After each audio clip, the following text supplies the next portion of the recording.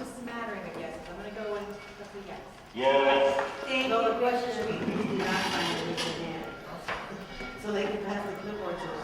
There were little slips of paper when you came in. If you fill one of those out, it goes into a drawing for a school spirit gift basket that we will draw for at the last leadership workshop, which is in April. So did you get your little slip of paper? Yes. All right. Well, then I guess we're ready to get started. All right. Today we're going to talk about emotional intelligence, and our speaker is Dr. RodgerSmith. Perfect. How are you?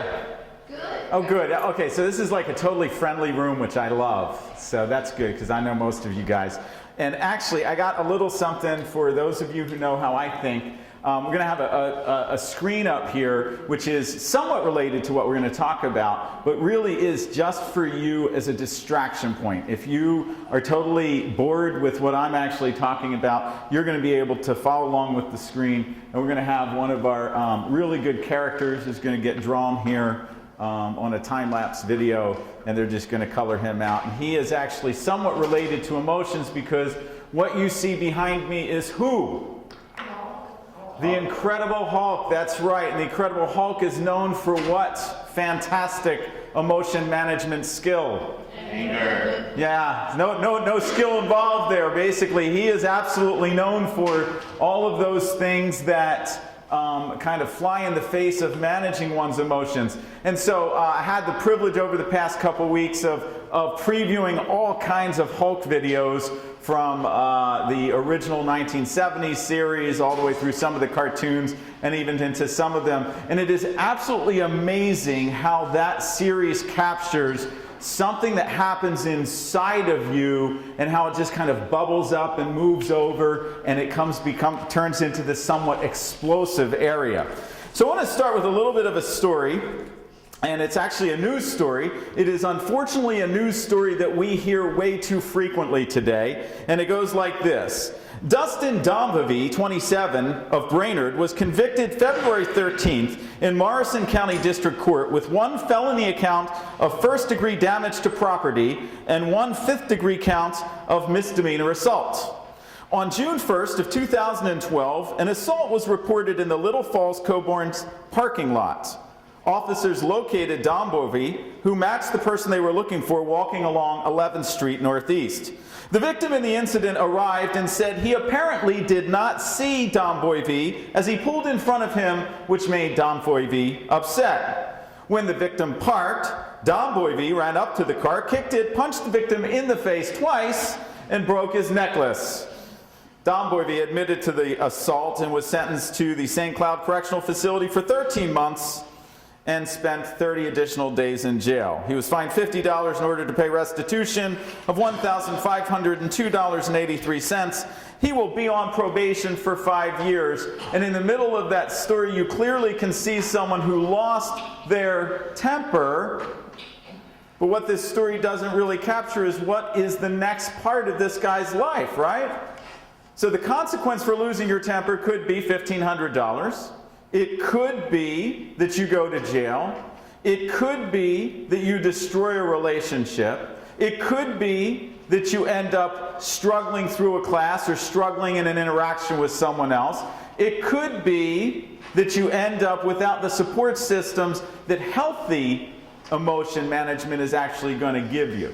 The actual title of the section we're going to do today is actually EQ, which stands for something called emotional quotient. An emotional quotient really is managing your emotions in order to better manage the room. And some of you guys are probably not familiar with this, but this whole idea of emotional quotient actually is a fairly new concept. First proposed in somebody's dissertation in early 1990, I think it was, or late 1980s. And that's the first time that phrase kind of picked up. Now, everybody in the room is probably somewhat familiar with this idea of intelligence quotient. That is, that you have a certain amount of intelligence that allows you to accomplish some or all of the tasks that are going to be related to your education, your relationships, your workplace, and places that you move on in the future. Your emotional quotient, kind of a new twist on that was, for a long time, we actually thought what was important is just how smart you were and how well you were able to negotiate your smartness into the workplace or the school place or wherever it is that you were. And so what's happened in the last 20, 30 years is theorists have begun to play around with this idea that perhaps a missing link in success, not only in college and not only in the workplace, but truly in life, perhaps a missing link is not just about intelligence, but about how one manages their own emotions. Now we see our friend Dobvoy, he clearly didn't manage his well, and he ended up with consequences. Can we talk about some of the emotions that you guys can relate to? Or somebody spit out a list of emotions. Actually, everybody in here ought to be able to spit out one. So we'll just take the first 5. Just yell them out. Sadness. Sadness is an emotion. Very good. Anger. Disappointment. Embarrassment. Jealousy. Happiness, yeah, let's do something happy. We can be ecstatic, we could be confused, we could be guilty, we could be suspicious, we could be hysterical, we can be frustrated, we can be confident, we can be mischievous, we can be disgusted, we can be frightened, we can be enraged, ashamed, cautious, smug, depressed.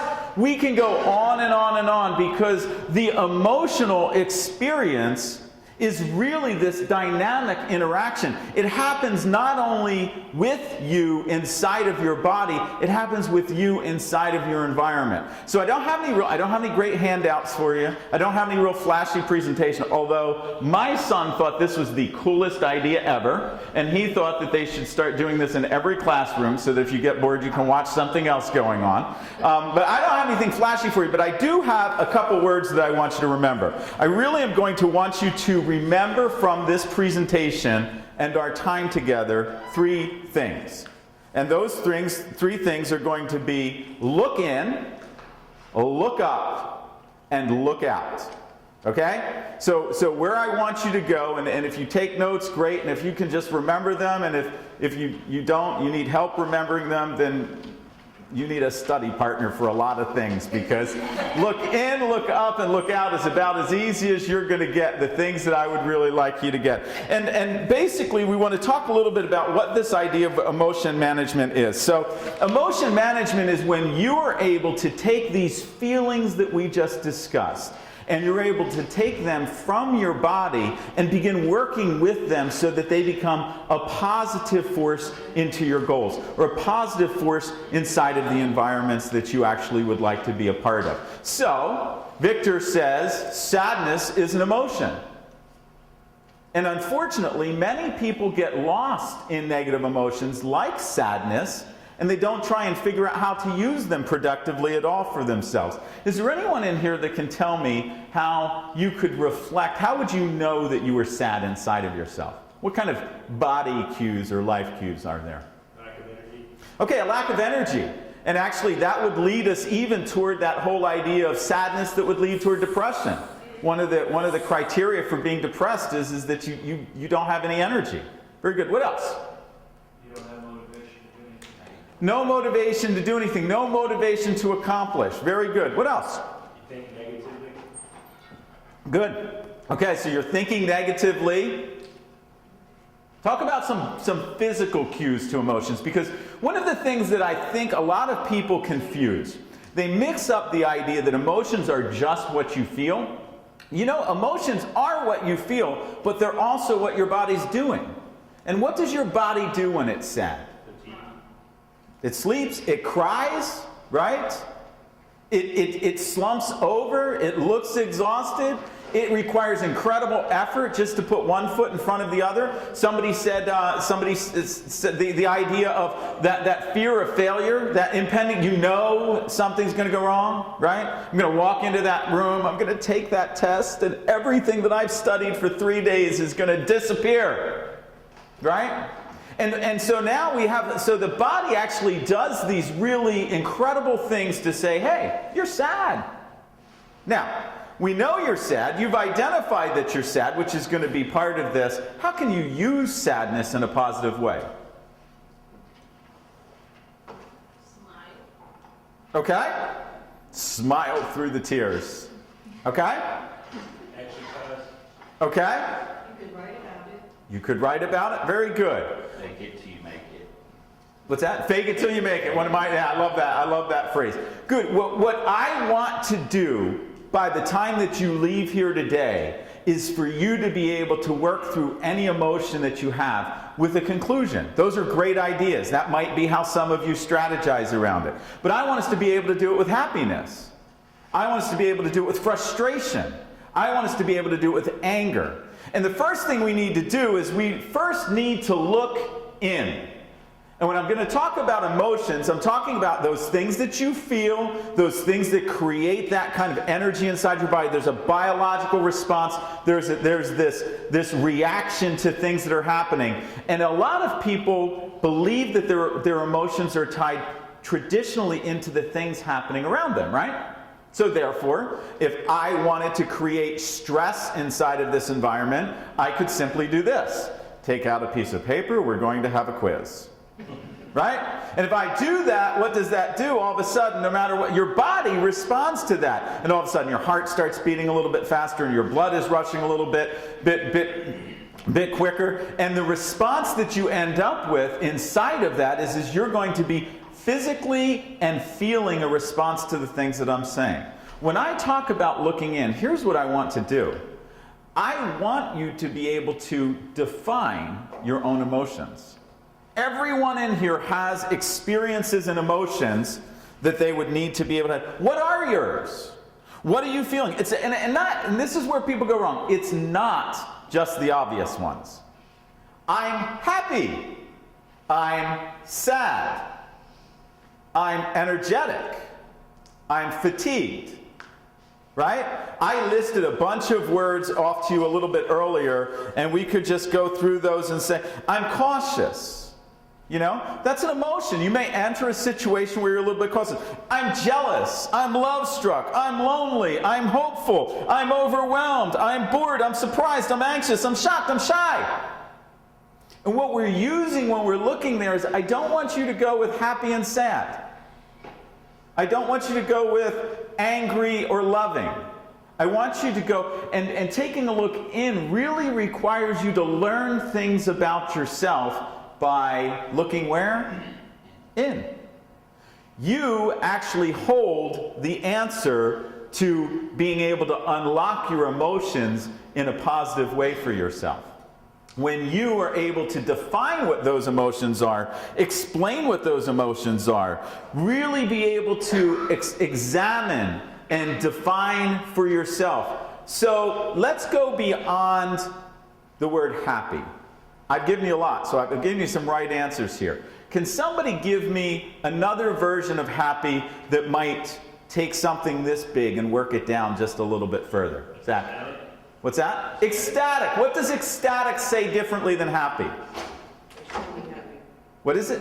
Extremely happy. It's extraordinary and extreme happy, right? It's an energized happy, isn't it? I mean, if somebody's ecstatic, they are at the bursting out energy place, right?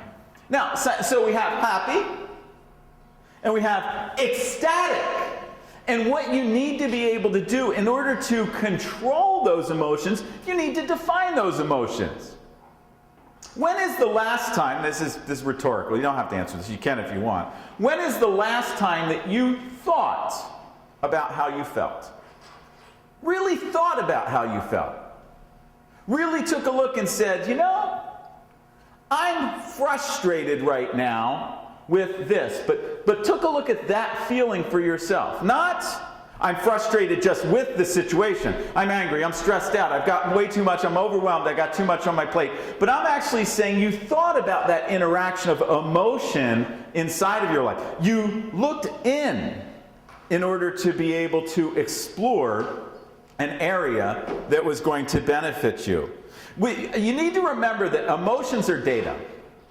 So, you're sitting in your classrooms and you're collecting all kinds of data points. And those data points are going to serve to inform you about any specific subject. So if we're sitting in astronomy and we're learning the location of different stars out, we're looking for different data points to do what? To give a frame of reference for that subject material so that you can gather or get some expertise together, right? Emotions are your individual data points. They're the things that have everything to do with your place at that moment and what needs to happen and what can happen. They are chemical signals that are existing in order to help you manage the threats that you have and manage the opportunities. That's what emotions are doing. They are opening and closing doors to people, to situations, to your own abilities. That's what your emotions are doing. You know, have you ever run into that person who just really is I call them the porcupine person. The person that just gets you bristly, you know? It's just you're sitting there and you're trying to have a 3.5-minute conversation, and 3 minutes and 40 seconds of that conversation is a bad experience for you, right? It's like they say 2 sentences and it was 4 sentences too much for you. You know what I'm talking about, right? And because what happens is that your body is creating this opportunity to respond. You're perceiving this person a bit like a threat. And so your body is trying to figure out what to do with that information. You can't respond appropriately until you have defined appropriately. So, the first thing I want you to remember about emotion management or your emotional quotient is what? Look in. Look in. See it for yourself. Identify and see where some of these words and these definitions come from. Unfortunately, it just doesn't stop there. If you being successful was simply a matter of you learning how you respond, how you felt, or what your body was doing in any given situation, that would be a whole lot easier. We're going to actually up this a little bit because we cannot just look in. We need to take a little bit of a breather in order to be able to process some of the things that are happening outside of us at times, okay? So, I walk into the room, actually, let's just pretend, the door opens and in comes, oh, you know what, maybe I might be able to find myself a little snake. Hold on, I had one of these the other day. And so, now somebody over here was probably a little bit like, don't bring a snake into the room. And what you were doing is your body is replying or responding to the stimulus that's occurring, right? So what's happening is your emotions are creating this opportunity. Now, if I walked in with a snake, what would you do, Fatima? I would be afraid of it. Yeah, I would be afraid to carry it, actually. I'm like an anti-snake guy, but so it's a really bad example. If I open the door and a big bear comes rushing through, what are you doing? Yeah, exactly. Everybody in this room has one primary purpose, and that is to be faster than one person. Right? And so, and I'd love to be the noble guy that was standing there fighting off the bear, but truthfully, I'm like taking the long way around out the back door. And so because what happens is that stress, that release of that energy, the release of the cortisol actually inside of your body is creating that response so you can kind of dash out the door. Now, when a bear walks into the room, the last thing that you should be doing is thinking about how you want to respond. That's a bad choice. If a snake is not something that you do well with, and I'm carrying it around, it's probably not a time to say, I wonder if, right? When you are faced with imminent danger, your body jumps into action right away. But the problem is we live in a society where we've overactivated our body all the time. You see, we have these mechanisms, this stress mechanism, for example. Bear walks in the room, run. So what do? We go sit in a movie theater on the edge of our chair where we watch Saw 22. And we're activating those same response systems all the time. And so what happens is now we're kind of moving these emotions to a place where we don't really take time to respond. We just react. The key to managing good emotions is good. There's an organization out there actually that does this. It's called 6 Seconds. If you get a moment, you really want to try and look up 6seconds.org or 6seconds.com. I don't remember. And basically, their philosophy and their feeling is this. Many of the bad decisions, most of the bad decisions, almost all of the bad decisions that you will make in your life would be avoided if you would have taken an extra 6 seconds and thought about them. An extra 6 seconds. Instead of when I had the chance to verbally respond because I was angry, in the situation, if I would have taken an extra 6 seconds, my voice would have sounded a lot differently. I mean, clearly Mr. Dumbovy here, I mean, he should have taken about 6 minutes, I'm guessing. He should have let the guy get in wherever he was going to. Because I think when you're sitting in a jail cell for 13 months because of something you didn't take an extra 10 seconds in your life to think through, you did a really bad job of, and I could use look down, I actually do look up. And I do look up because this. I want everybody to do this. Look up right now. How much is in your field of vision? It's not a whole lot, is there? There's not a whole lot. There's not a lot of distraction. There's not a lot of other people. There's not a lot of other stimulus. There's not a lot of other places. So I do the look up just because I think it gives you a place to refocus the energy that you need to really not only define the emotion, but to really take 6 seconds so that you don't just react, but you respond. So the first thing I want you to remember before you leave here is you need to look where? In. And the second thing I want you to remember before you leave here is you need to look, okay. I need to define, I need to explore, I need to explain those emotions to myself. And then I need to take a break. I need to pause. I need to make sure that I don't do something in the wrong order that's going to have consequences that last past that. And then the final thing I need to do is I then do need to look out. I need to look at the people that are around me, and I need to begin to make a course of action. I need to plan my response in such a way as it accomplishes what I want it to do. And many times what happens is there's a conversation that gets heated, and then there's these 4 things I think I can say that are going to really hurt you. And then I say them, and then I spend 3 years trying to take them back. Right? But now what I'm proposing to you is you're watching this conversation happening, and you're feeling yourself become frustrated with the words that are being. You feel yourself accused. There's an emotion for you. You feel like you're accused. And you're watching that, and you've got that moment to respond, and you're going to look up. And you're going to kind of recenter your thinking. You're going to say, okay, the one thing I don't want to do here, I do not want to create a 3-year mistake. I don't want to create a 3-year mistake. And then now I'm going to look out. And now I'm going to produce a response, not a reaction, a response that gets where I need to be with this. There's always more to the story. When people say something that's annoying to you, get curious. Don't get frustrated. Don't get angry. Don't get over emotional, but get curious. What is really going on here? Some of you guys actually know me. And if you know me, you know that my mind actually kind of works this way.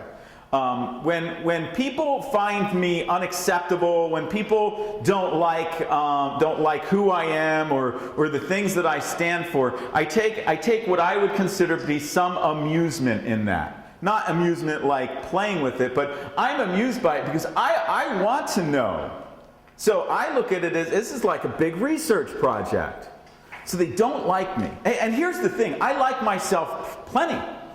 I like myself, right? So, and I married a girl that likes me pretty good, and I got 3 kids that like me okay. So if I run into you, even if we're in the public's line, and I get this sense you don't like me, to me, I don't start shoving my way into your space. I take a step back. I want to know, what's going on here?